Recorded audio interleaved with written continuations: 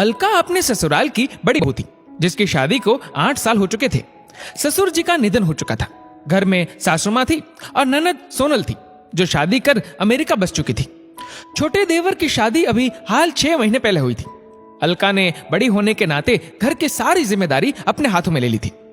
पति निखिल और देवर अनुज दोनों दुकान संभालते थे।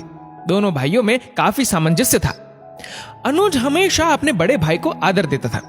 अनुज की पत्नी पारुल काफी होशियार और समझदार थी। अलका उसे अपनी छोटी बहन मानती थी।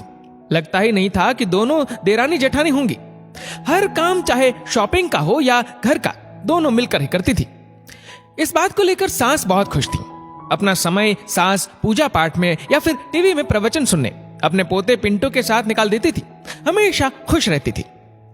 अलका की ननद सोनल भाई की शादी में नहीं आ पाई थी। इस बार छुट्टी में आ रही थी। अनुज एयरपोर्ट जाकर अपने दीदी को ले आया। घर आकर सभी ने स्वागत किया। भाभी अलका ने उन्हें गले लगाते हुए सोफे में बैठने को कहा। सोनल की निगाह नई बहू पारुल को देखने लगी। पारुल आई और पैर छुए। अलका अपनी माँ से गले लगकर खुशी से रोने लगी। माँ ने उसे प्यार किया और बैठाया। वह सबके लिए कुछ न कुछ लेकर आई थी। सभी ने प्रेम से स्वीकार कर लिया। सोनल ने कहा, माँ, इस बार मैं 1 महीने रहने वाली हूँ। भाभी, आपको तो कोई परेशानी तो नहीं है? अलका और पारुल ने कहा, नहीं नहीं दीदी, ये तो आपका मायका है, जितना चाहे उतना रुको, हमें तो बहुत खुशी होगी। 3-4 दिनों के बाद सोनल को न जाने ऐसा लगने लगा कि माँ दिन भर अकेले कमरे में रहती है। दोनों भाभी एक हो गई हैं। माँ का ख्याल शायद नहीं रखती। एक रात सोनल, जो अपनी माँ के साथ ही कमरे में रहती थी, माँ से पूछ ही लिया, माँ, भाभी आपको ठीक से रखती है कि नहीं? आप अपना पैसा अपने पास रखिए ना। ये छोटी बहू पारुल है, थोड़ी तेज लग रही है। दोनों भाभी एक हो गई है। ऐसा ना हो आप अकेली ही रह जाए। सोनल ने माँ को भड़का दिया। माँ भी सोचने लग गई कि सोनल ठीक कह रही है।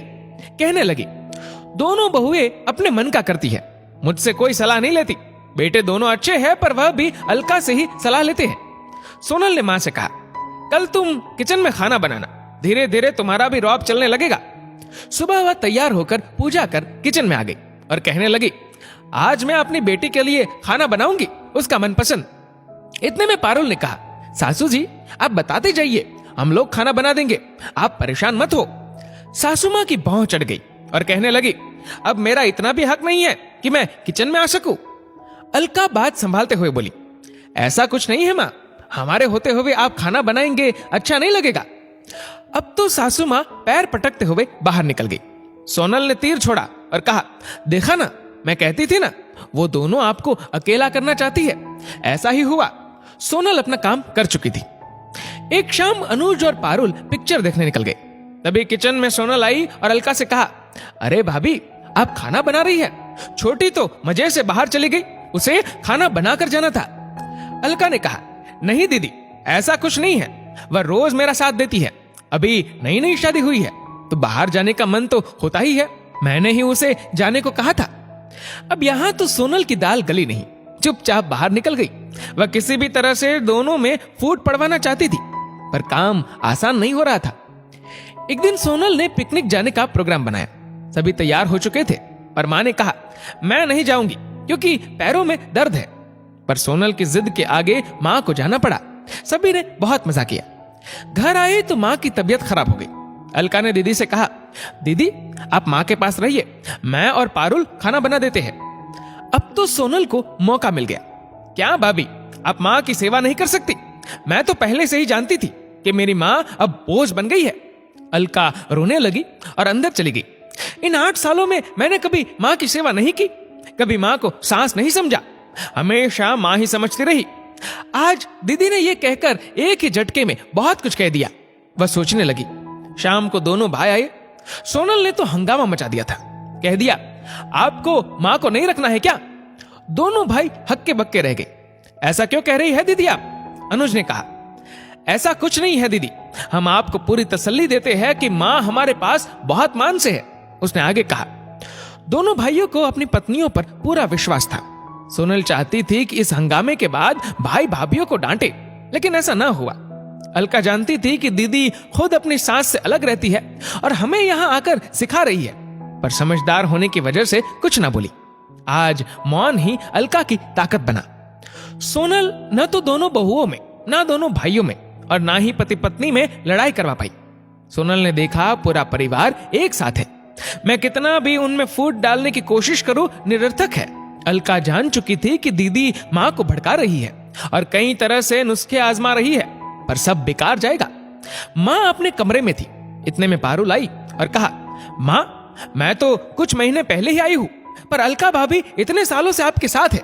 कभी भी आपको ऐसा लगा कि अलका भाभी ने आपके साथ परायों सा व्यवहार रखा है? यदि आपको भाभी के प्रति जरा भी प्रेम है तो आप बाहर आकर सोनल दीदी के सामने सच्चाई उजागर कर दे।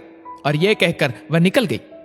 कुछ समय के बाद मां बाहर आई और सोनल को अंदर कमरे में ले गई और कहा, सोनल तुम जैसा सोच रही हो ऐसा कुछ भी नहीं है। अलका जिस दिन से बहू बनकर आई और इस घर में कदम रखा था, मैंने उसे बेटी मान लिया था और घर की चाबी उसे सौंप दी थी।